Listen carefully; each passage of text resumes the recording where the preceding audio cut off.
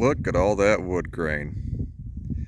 What we have here is a 1977 Chrysler Town & Country station wagon. I got this about 6 months ago. I'd been on the look for one, and these are very hard to come by. Most of these got treated as, family vehicles, so they weren't necessarily considered collector cars, and they were treated as such. So you can imagine 10 or 15 years down the road, and they're looking a little worse for wear. So finding one of these in good shape today is very hard to do. Not only that, Chrysler really didn't make a lot of these. They started this body style in 75 and it was over by 77. It was the last of the big Chryslers. This particular one has about 85,000 miles on it. I got it from a dealership in Ohio. Very clean car. There's a few little things, there's a couple spots where you can tell there's some Bondo in it. That and the wood grain had been repaired on the back, so this piece here is a little bit darker than the rest. I'll eventually get some fresh wood grain on it so it's all uniform and matching, but haven't had it very long, and it's a nice day today, Easter Sunday, so wanted to get it out and drive it around and enjoy it a little bit. So I figured I'd make a quick little video before I put it up. Now, the reason I bought this, I was the youngest of 5 kids, and this is what our family had growing up. My parents had several of them. They had the one same color as this one when I was younger, but then about the time I was driving age, they had a white 77, and it had a 400 engine, which was optional. The 440 was standard, and I guess the reason for that was, it was gas crisis in the 70s, so they were trying to look for any ways to save fuel economy, and I guess the 400 might save a marginal amount of gas over a 440, but I don't imagine too much. This particular car has a few options that the one that I drove growing up didn't have. So it has the vent windows here in the side. Also has the lights in the side fender here that when you turn your turn signal on, light up. Another cool thing about the Chryslers are the turn signal indicators on both fenders.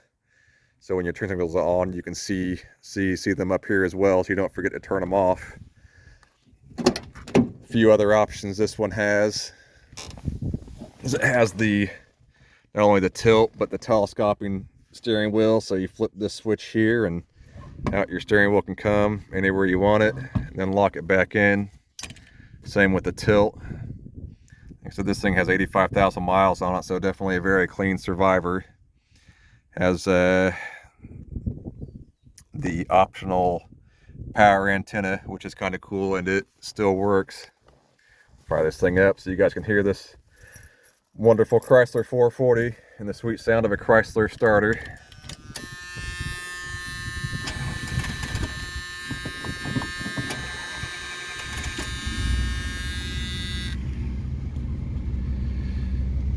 And there's the power antenna. Still functional, pretty cool. When I bought this thing, it had the radio replaced with a modern AM/FM CD cassette player that would just look completely out of place.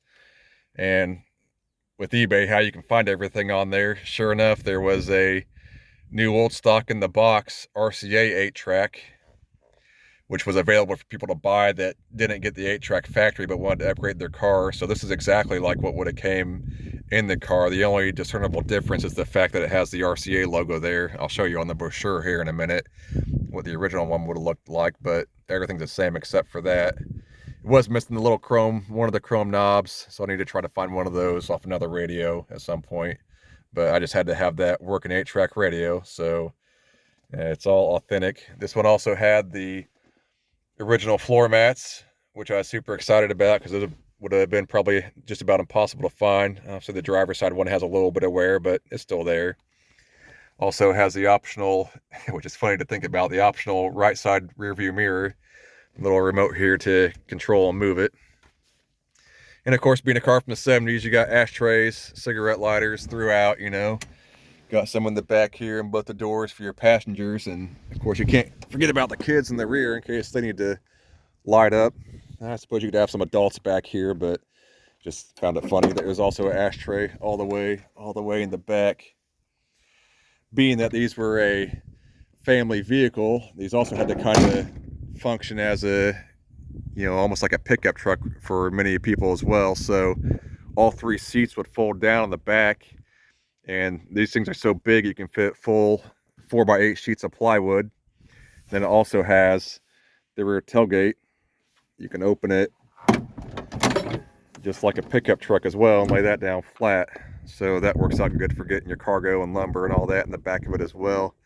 What we're going to use it for this summer is getting some good roller shots of the Mustangs that we build going down the road. So I'll have my media guy set up here in the back with his camera on a tripod on the back tailgate here, facing back, rolling down the road. So we should be able to get some really good shots because this thing rides exceptionally smooth. And then with the rear spoiler and whatnot, the air noise is almost non-existent back here, so it should make for some really good roller shots instead of hanging out the side window of a car.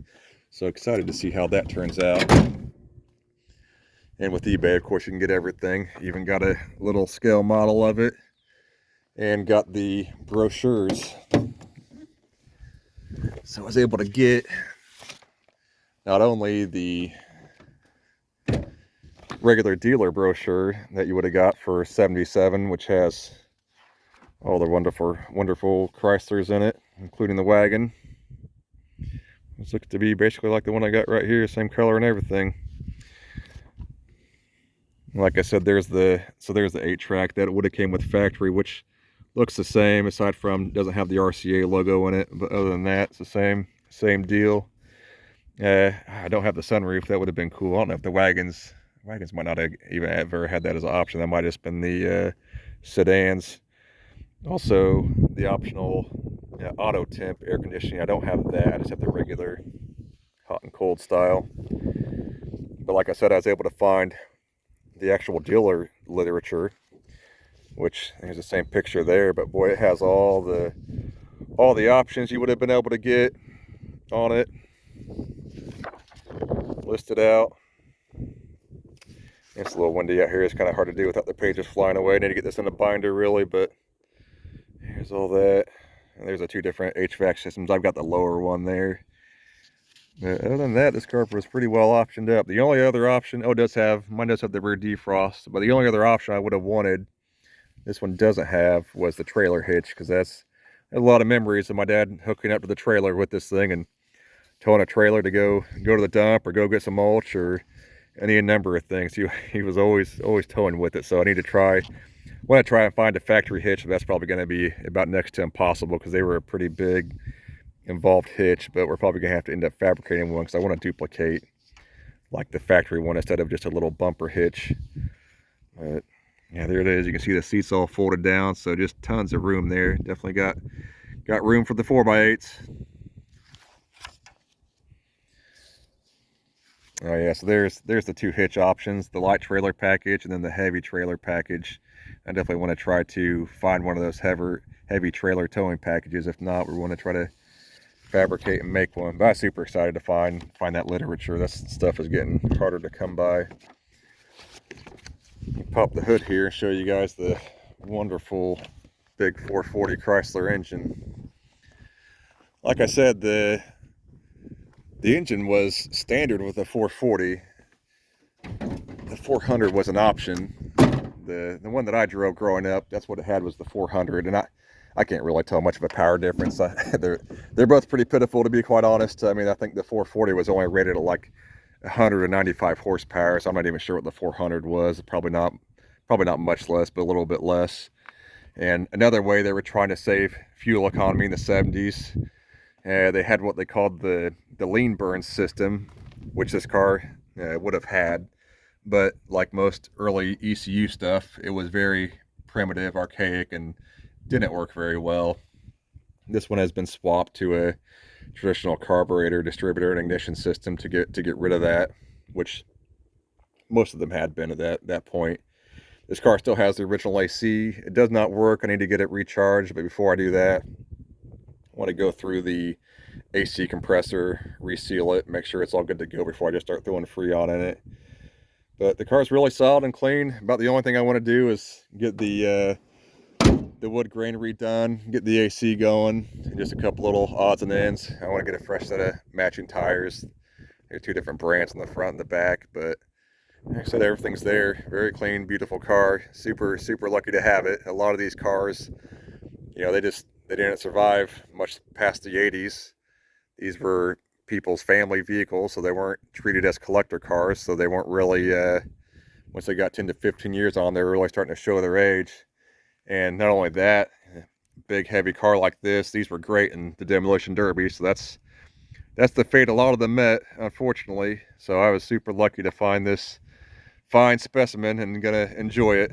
But I want to put that video together for you guys to show you this, and I'll try to get some better videos with the camera besides a shaky cell phone video for you in the future. But I figured since I had it out today, I'd shoot a quick video. All right, guys, we'll see you later.